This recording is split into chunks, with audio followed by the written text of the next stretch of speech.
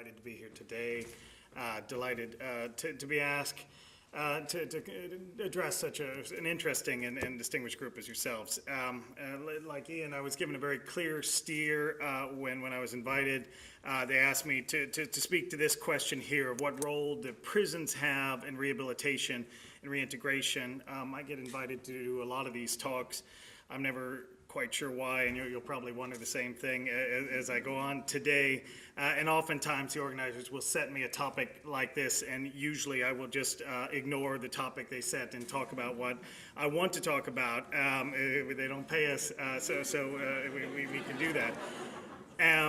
But in this case, and I was tempted to do that today. I was tempted to do it for a number of reasons. For one, I've been asking that question now for 15 years or so in academia, and I still don't have an answer, either an empirical answer to the question of can prisons rehabilitate people, or to the normative question of whether they should be in the business of rehabilitating or trying to rehabilitate prisoners. I used to know the answer to both of those questions a while back, and then you spend 15 years studying it, and it becomes less and less clear the more you do. Another problem with that topic is that my great friend Allison Liebling was posed an almost identical question at a different conference last year. Does prison have a role to play in the desistance process? And if any of you are on your handheld computers as I speak, you will want to Google that talk. I did some research before this talk and made the mistake of reading that, and it's an awfully hard act to follow. I can say you're lucky enough that Allison will be speaking to tomorrow on a different topic, but I won't just plagiarize what she said in that talk, but I do recommend it for those who are interested. Interestingly, some of you will know Allison and I come from very different starting places. Allison is of course a prison researcher like Ian, and starts from that institutional or organizational framework as sociology. Myself, I'm not a real prison person. I'm far too claustrophobic to spend as much time as these folks do in prisons, although I'm spending more and more time recently. I started life as a developmental psychologist, and as you heard about my research in this book and others is in the process of how individuals grow out or mature out or move out of criminal behavior in the life course, this process that we call desistance from crime. So essentially in this book and others, I start from a rather different vantage point of the success stories and have worked my way back to trying to understand prison from their perspective, a perspective that's not heard very often in criminology. And it's sort of like opening a film with the ending and it being a happy ending and sort of saying, now watch the rest of the film and we're going to figure out how they got to this point. But I start from that position and work my way back, while Allison started in the prison itself and indeed in some of the harsh realities of the prison itself, the suicide in particular, and has moved instead into trying to understand those outcomes, and in her words, how people can flourish in a place like a prison. So we've met in the middle here, and a number of us, and Ian also, are interested in this question from a variety of different angles. I should say that neither of us start with the question that politicians like of whether prison works as a question, whether prison works presumably to reduce recidivism, although that part isn't mentioned. To answer a question like, does prison work, one would have to make too many presumptions as far as I'm concerned. First and foremost, what this thing is that we call a prison, and the assumption that a prison is a prison is a prison, and likewise that success outcomes and so forth could be measured reliably.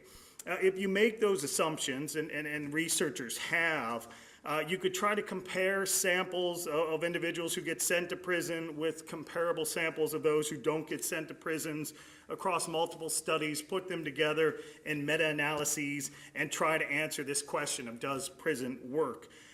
When you do that, the researchers basically find nothing much. they find that prisons don't seem to reduce recidivism by any means. We all know the statistics by now, 50, 60, 70% recidivism rates, but also prisons don't seem to cause any more recidivism either. They just don't do much of anything. And that is obviously a lot of money and a lot of trouble for a lot of nothing much in terms of outcomes, with prison expenditures exceeding spending on higher education and literally bankrupting some of the states in America where I come from. But more importantly, for everyone in this room, and I know there's a lot of prison experience in this room of all sorts, everyone here from that human level that Ian described knows that there's nothing neutral about a prison experience. It's simply impossible that a total institution like the prison, the most severe, profound social sanction we can allow in Europe, simply has no impact on individuals' lives. Of course it does. It did for the individuals who commit suicide in Allison's research. It did for the successes in my research. It's the question itself, does prison work, that is wrong. The truth is that it works different ways for different people. Some have the most tragic outcomes. Others do experience prison as a turning point in their lives, a point whether it be for deterrence or rehabilitation or neither. Sometimes prison can be a moment of change. And it's this, I guess, this optimistic topic that I'm been asked to speak to today, and that I'm often asked to speak about at conferences like this, these successes that I start from. I study redemption, I study comeback stories. Again, I like happy endings. It gets you, though, a reputation as this overly optimistic, quite naive guy. I don't think being an American helps much in that regard. But ironically, I think that I gravitate to these success stories largely because I am such a naturally negative and pessimistic person. I think if I focused on the kind of stories that Ian and Allison do every day, I think I would slip into despondency and alcoholism much too quickly. So I will get to the positive by the end of this talk. But the crucial, and here we get back into the normative question, the crucial point that's already been made very well by both of our speakers before me, and especially if there's sentencers among us, or journalists and media people, policymakers, if you want to turn someone's life around, if you want the success stories that I'm talking about, then prison, any prison, even good prisons, are not the place to do that. That's the bottom line. In my research, we have identified a number of factors that consistently seem to be related to desistance from crime, to the kind of success that I'm talking about. This isn't rocket science. It appears that when people find stable, good, healthy relationships, regardless of the sex of the person they're in a relationship with, we human beings are naturally social creatures, and stable relationships seem to go some way into supporting desistance from crime. Likewise, stable employment, Freud said the two things one needs in life are love and work. You need a job, you need to be able to support yourself. Employment gives us a number of things, but importantly, that kind of paycheck and the stability and so forth. Some research suggests that 1 and 2 aren't as important as the third. What employment and relationships do is they get us away from our peer group set, and we know that most crime is committed in groups. We know that when you spend a lot of time as an 18-year-old male hanging around with other 18-year-old males, you're more likely to get in trouble than when that 18-year-old male is in a place of employment, is in a stable relationship. Of the people that we label as offenders at one point seem to desist from crime by the age of 28. Now this can be a confusing finding in many cases, and often it's misinterpreted. So this was a recent article about the huge crime drop in the United States, and among other things, there was just this interesting sentence that says, it's been said that the most effective crime-fighting tool is the 30th birthday, and pointing out the aging population of the United States. And you know, this is precisely what we study, but they've got it precisely wrong. There's nothing about, and they know this, of course, there's nothing about turning 30 that magically changes people. What we do in the assistance research is try to understand what is it about turning 30? What are what we call dissecting maturity into its component parts. That's my phrase for what it's worth. This unpacking the meaning of age and asking what's constituted by this age, which is just a number that is at work in the process of desistance from crime. And this is important for a lot of reasons. Tim Chapman is here somewhere. This is his and my favorite quote from a great book by John McKnight. John McKnight is a sociologist at Northwestern, where I did my PhD. In his book, which isn't about prison, he's talking about going on a prison tour. I think it's a jail tour, actually. I think this is Cook County Jail. At one point in the book, he's looking down over this sea of humanity, these prisoners who are essentially vegetating. He says some watched television, some talked, some played cards, many just stared out into space. Almost all of them were young, except for meals, 1 hour in a small yard outdoors, and cell time. They spent all their time in this room, basically just vegetating. And John's a sensitive soul. He looked at this. He just couldn't believe what he was seeing. He looked to his tour guide and he said, this is what we were sending people to prison for? This is how it works?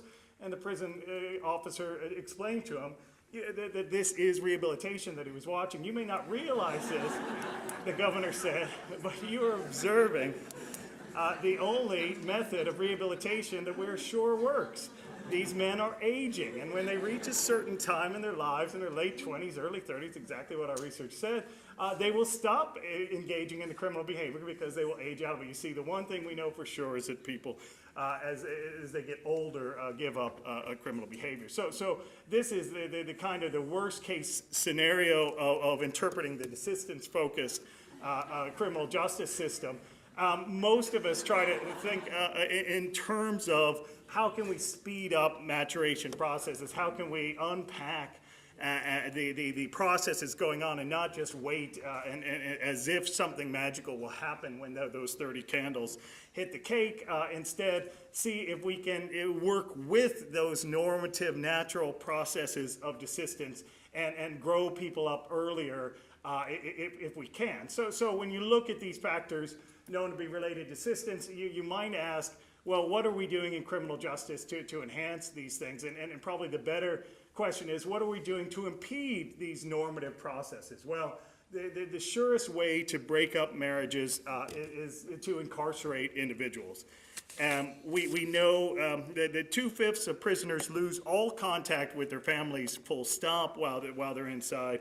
In the UK, we also know from research like Megan Comfort's that imprisonment wreaks havoc on relationships and families, devastating men's abilities to act as providers or role models for their children. We also know from research by William Julius Wilson and others on this idea of marriageability that having a prison record actually impedes one's chances of finding a marriage partner well after release. Stable employment, whoops, giving away the punchline. Well, we know that incarceration isn't a good idea for stable employment. Something like 2/3 of prisoners who were lucky enough to have a job before going to prison end up losing their job as a result of imprisonment. And of course, we know from Leslie McCarr's research, from Deva Pager and others on stigma and employability that it's very difficult to find work when you're an ex-prisoner. And of course, in the current climate, it's magnified even more. Move away from same-age, same-sex peers. Well, of course, incarceration does the opposite of that. It takes all the young offenders, puts them together, takes all of the sex offenders, puts them together, and so forth. Responsibility, well, again, we talk about responsibility a lot in incarceration, but by its very nature, prison denies a person agency, denies them choices. Everything's done for them or more likely to them. They wake up when they're told, sleep when they're told, and the like. The person becomes naturally passive. Increasing concern for others. Again, prisons create victims beyond the structural difficulties in caring for others when one has no means of earning wages or reading bedtime stories to one's children. The prison experience makes the individual feel like the victim rather than a perpetrator, and this has concrete impact on things like generativity. I think I did this already. Okay, whoops. Now, oh no, I didn't do this. Okay, so forgetting that title up there. So the bottom line is that no, prisons are not desistance factories. They're not human growth machines or spaces in which people develop in normative, natural ways. But that doesn't mean, for those of you working in prisons in the audience, and I know there are many governing prisons, that we simply throw in the towel and say that wait for our pensions or prison abolition or whichever to come around the corner.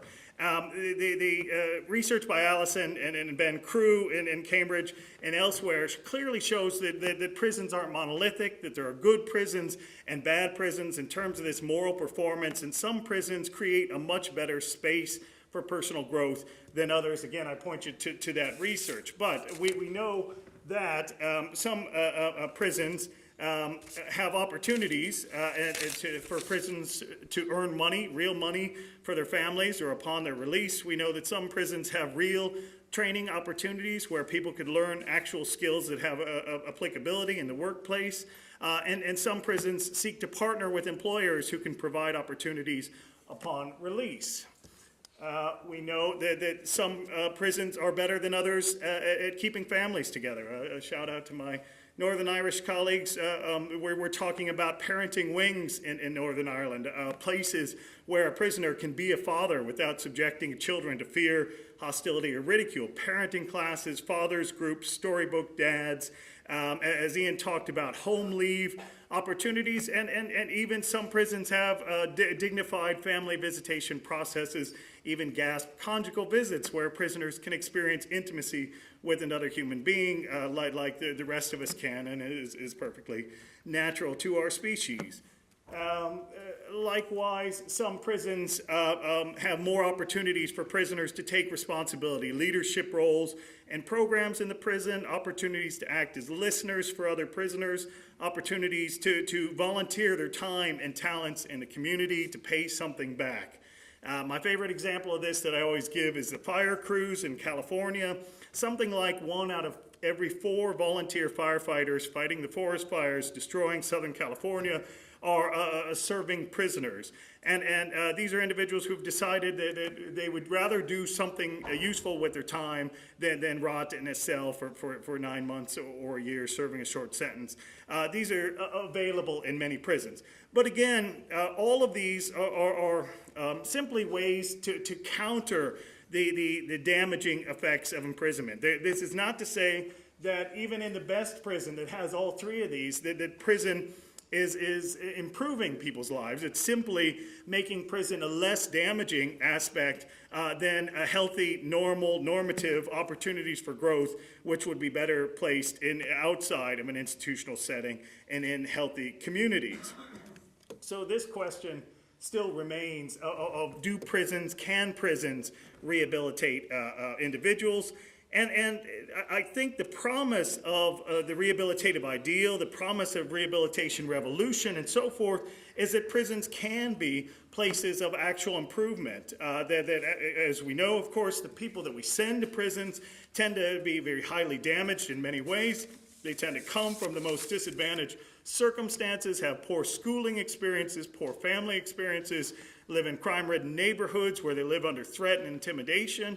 And indeed, it's something of a sad commentary on our communities and our societies that we have always had, and I suggest still have, this hope that prisons could be a place of growth for people in these circumstances. And I think that hope is fundamentally embedded in the rehabilitative ideal, and it's at least a buried aspiration of what many of us initially thought prisons could be like when we got into prison business to begin with. But can prisons do this? Can they rehabilitate, reintegrate? How many minutes have I got? Are we 5 minutes? We can do it. Okay. I don't know if they can, is the short answer. Prisons do it in 5 minutes. Indeed, they do. The first thing to look at is what is rehabilitation? What is reintegration? Rehabilitation, I think, is a badly misunderstood concept. It's now become synonymous with a sort of reform notion, a psychological rehabilitation. And every prisoner, certainly every success story, every desisting ex-prisoner will tell you that nobody rehabilitated them. They rehabilitated themselves. Now, at the same point, nobody ever claims that they did it on their own, that they didn't have any help from anyone, but rehabilitation is something that comes from within and that you do yourself. Reintegration, however, the other aspect of this question, is a more interesting word. Those in prisons or probation or in what we call in the States corrections can say that perhaps that they reform offenders or that they rehabilitate prisoners, although we don't boast too loudly about either of these. But we as professionals cannot, however, easily respond that we reintegrate offenders.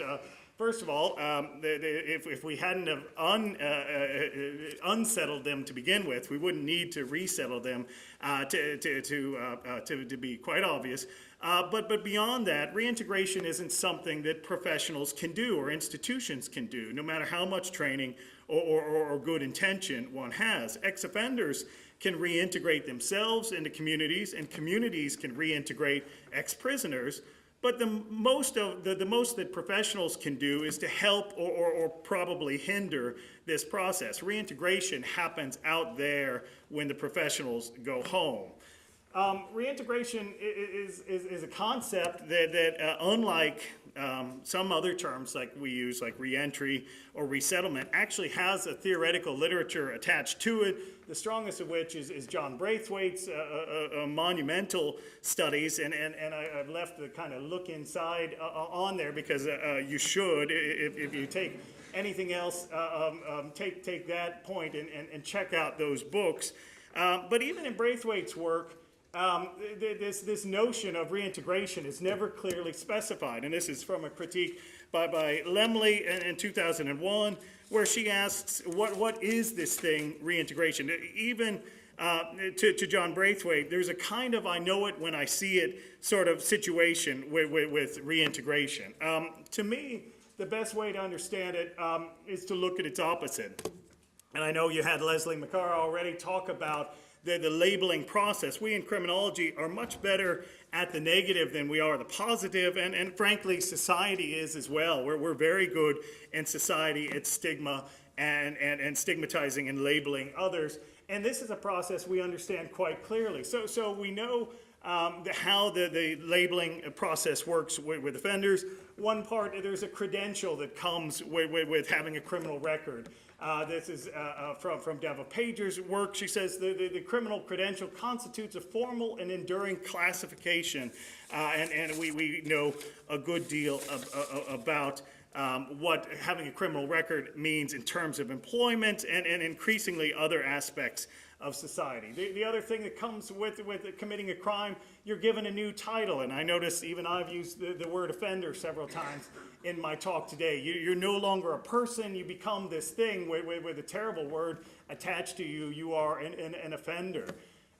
There's a ritualization aspect to the process. The individual goes through what we call a status degradation process. They go into a courtroom, they're declared guilty in an authoritative setting with all sorts of bells and whistles and wigs and costumes.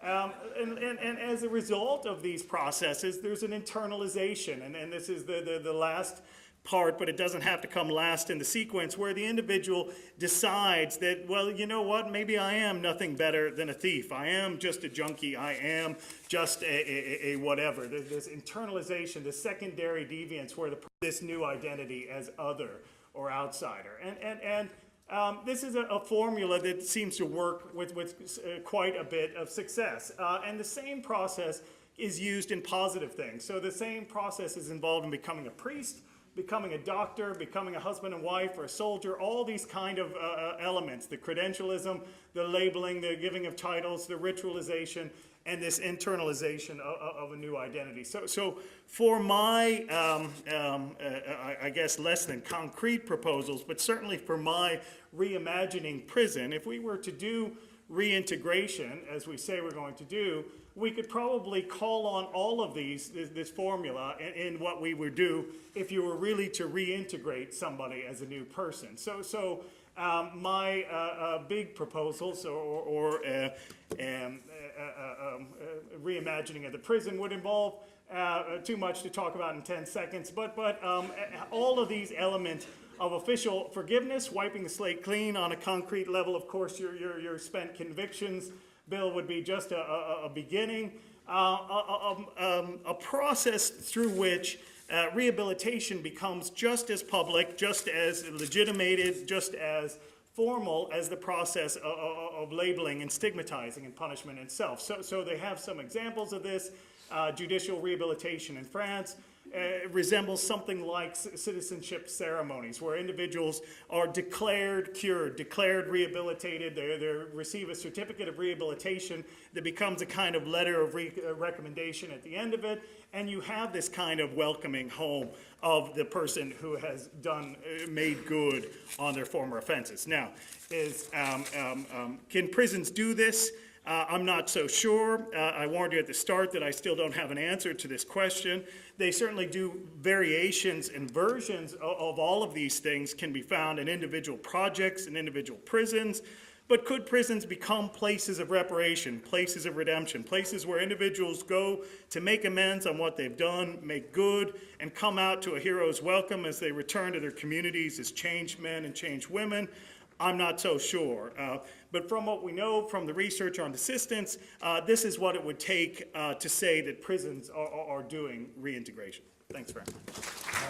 Shed, it makes sense to us, it makes sense to you, it makes sense to me. It doesn't make sense to those who have the power to make the changes. Why not?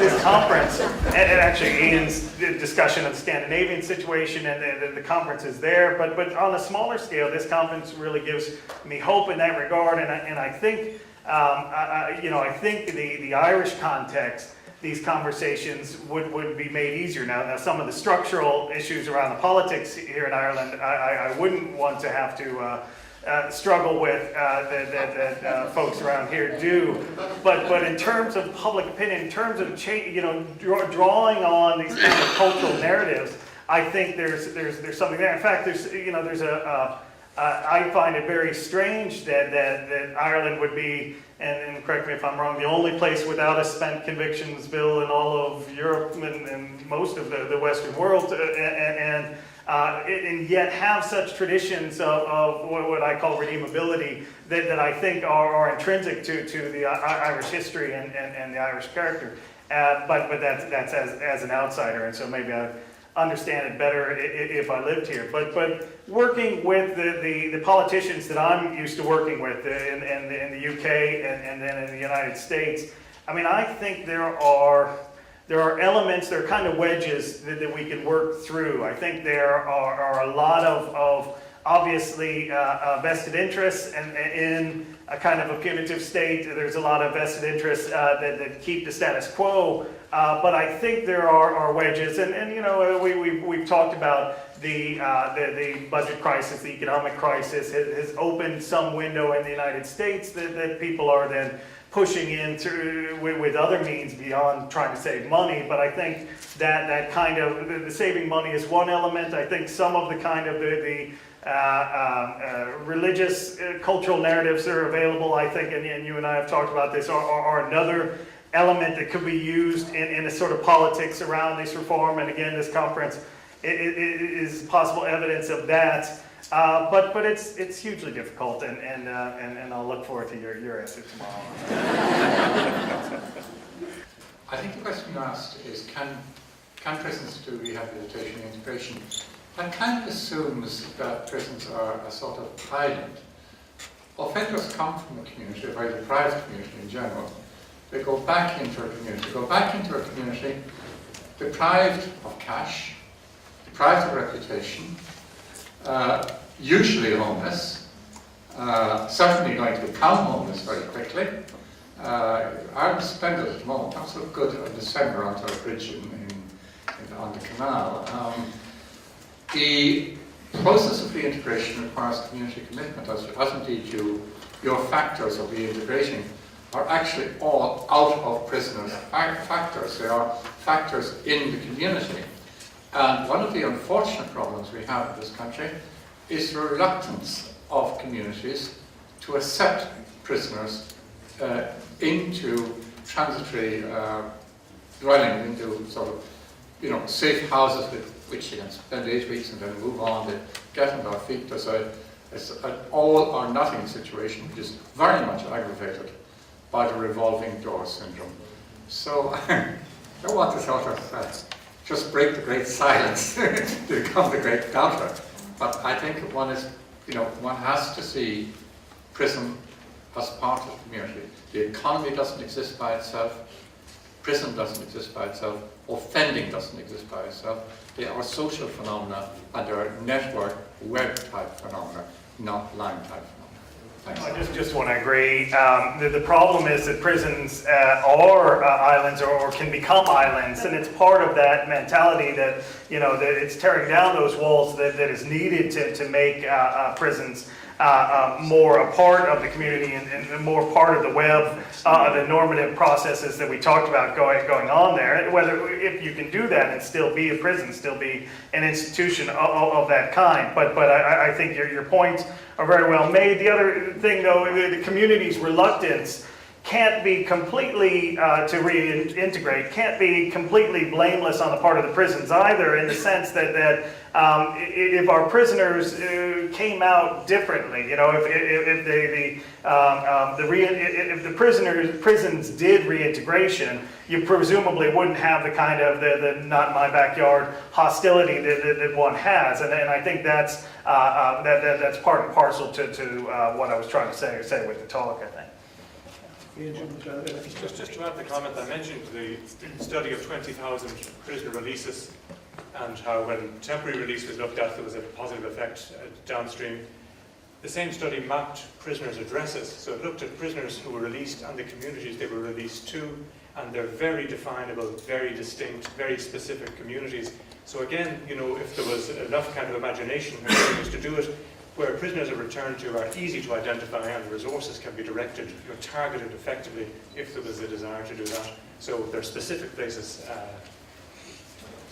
In the States, we call this the $1 million blocks, they call them, and this is part of this justice reinvestment idea that there was this recognition, and it actually emerged out of prisoners sitting together and realizing, hey, you come from this block, you come from this, all of us come from these very certain neighborhoods within the Bronx, within Brooklyn and the like, and this realization is now caught on in the States that we're investing a huge amount of money to send a large number of people out of their communities and into these islands, these prisons far away, and I recognize you don't have that always here in Ireland, although they may be coming to you soon, these sort of mega prisons outside of metropolitan areas. And this, the justice reinvestment idea is about trying to channel some of those $1 million blocks back into the communities to prevent people from going to prison in the first place.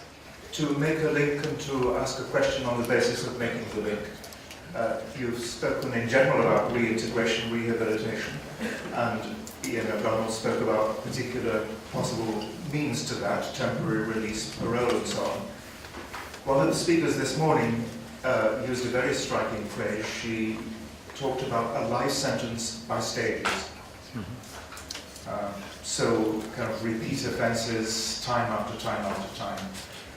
What are the prospects for rehabilitation, reintegration, or even for the specific means, temporary release and parole, when someone is in prison for the third, fourth, fifth time?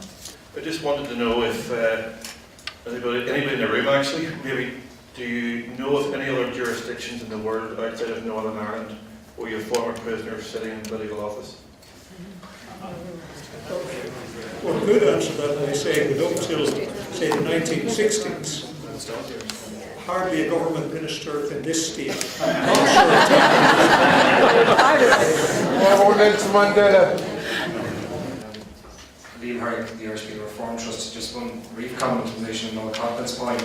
I think I agree completely with what he said, but the role of the prison in terms of preparing people for release, telling people when they're going to be released, supporting people around release, does feed into this chaos that is around that moment of release. But going back to something Ian said earlier, I think Ian's practical solutions were exactly on the money in terms of remission and temporary release, but he also mentioned parole. And just in an Irish context, to raise a question, Our parole system, as I understand it and I see it operating, is completely ill-suited for purpose as it currently is constituted. So while I agree in principle we should extend it, there's also a fundamental question of making it a properly quasi-judicial system that's fair and transparent. And that is at the core of the uncertainty that life sentence prisoners and long sentence prisoners have in Ireland today, because they have no idea what they have to do to try to progress towards release. Yeah, I agree with Liam absolutely. The point about transparency, the system isn't fit for purpose. It hasn't been looked at in 30 years and it requires an overhaul. I just gave the one specific, widening the parole eligibility window. There's one thing to do, but it needs a lot more attention. And the previous point about the repeat offenders, I think that brings up an area that neither of us, myself or Shad, addressed, and it is coming up tomorrow, which is the whole question of sentencing. And again, that suffers from the four lacks that I put up there: a lack of urgency, structure, follow through and critical scrutiny, because we've had the Law Reform Commission has looked at sentencing, nothing has happened. There's an absence of kind of structure and coherence and clarity there as well. So dealing with repeat offenders, I think that is a critical consideration, and I think it really requires a kind of more holistic appreciation of the system with a focus on the sentencing part of it. Yeah, I'll go in reverse order too. I lost most of my points, but I think the parole point, Liam, is fantastic. I mean, parole boards. There's a very interesting history internationally around parole boards, and I don't know enough about the Irish situation, but I think, I mean, it's an institution that it was really at the center of the rehabilitative ideal. When we had a flourishing rehabilitative ideal, you kind of need a well-functioning, independent parole board that represents the community, so to speak. And when we lost the rehabilitative ideal and parole boards stuck around afterwards, they really became corrupted. They became a bizarre dinosaur from a different age, and we didn't know how parole boards function in a kind of just desserts, get tough environment. And you have the bizarrest parole boards in New York State, where when I was there, certainly in the late 90s, that simply didn't let anybody out. They saw it as their job to keep people in, and it was a bizarre twist to what used to be the function of that board, and they were retrying people for crimes from 20 years back. And you can't win that, because you can't. The crime will never go away that you were initially involved in, and so forth. So I think that internationally, re-looking at parole boards and moving forward with them is really crucial. The repeat offenders, the installment plan, life sentences, and so forth, I think is hugely important topic. I mean, I would only add that, I mean, most prisoners have been through similar revolving doors. There are certainly some who literally do life on the installment plan, and I was involved in a study where we interviewed the most frequent prisoners, prolifically punished, I forget what we called them, but individuals who had done 10 or more prison sentences in the UK a good while back, and because it's a fascinating process, but it's a very understandable one. I mean, you can see once you get into that cycle of crime and punishment, there's really no way out of it at some point in that, and so very, very difficult, but important, and there's ramifications for even those who tend to come through a variety of institutions outside of prisons as well and recycle through that revolving door. My name's Helen Horton, and I'm from the Alternatives to Violence project. What I can't understand is the lack of discussion about restorative justice until tomorrow afternoon. It seems to me that if we're going to have any hope of keeping people out of prison and reducing numbers, that we absolutely need to have this situation remedied in Ireland. I was very sorry that Ian didn't take this up, because I believe we could reduce the numbers, particularly of juveniles, but certainly also women and, of course, men. I work quite a bit in the prisons, and the most important thing for men is undoubtedly their relationships with their family, be it their mother or partners or whatever, children also.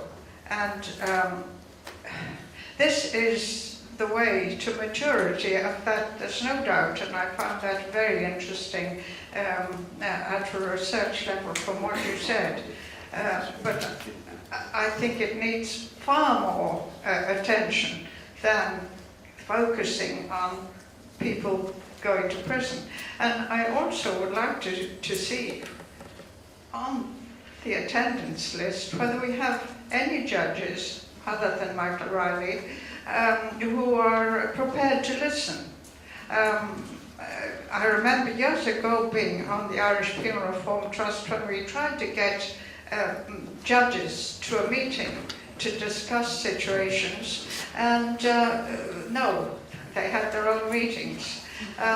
They're a closed shop as far as I can see, and we're going to make no progress. I once went to the Chief Justice and talked about restorative justice. This was keen. And we've got nowhere, and that must have been at least 10 years ago. We've got to change our ways. I'm under pressure now to wrap up for a couple of reasons. One is that the organisers want to make a presentation. Megan, I think, is here to make a presentation to the two speakers. And this is, in case you've wondered,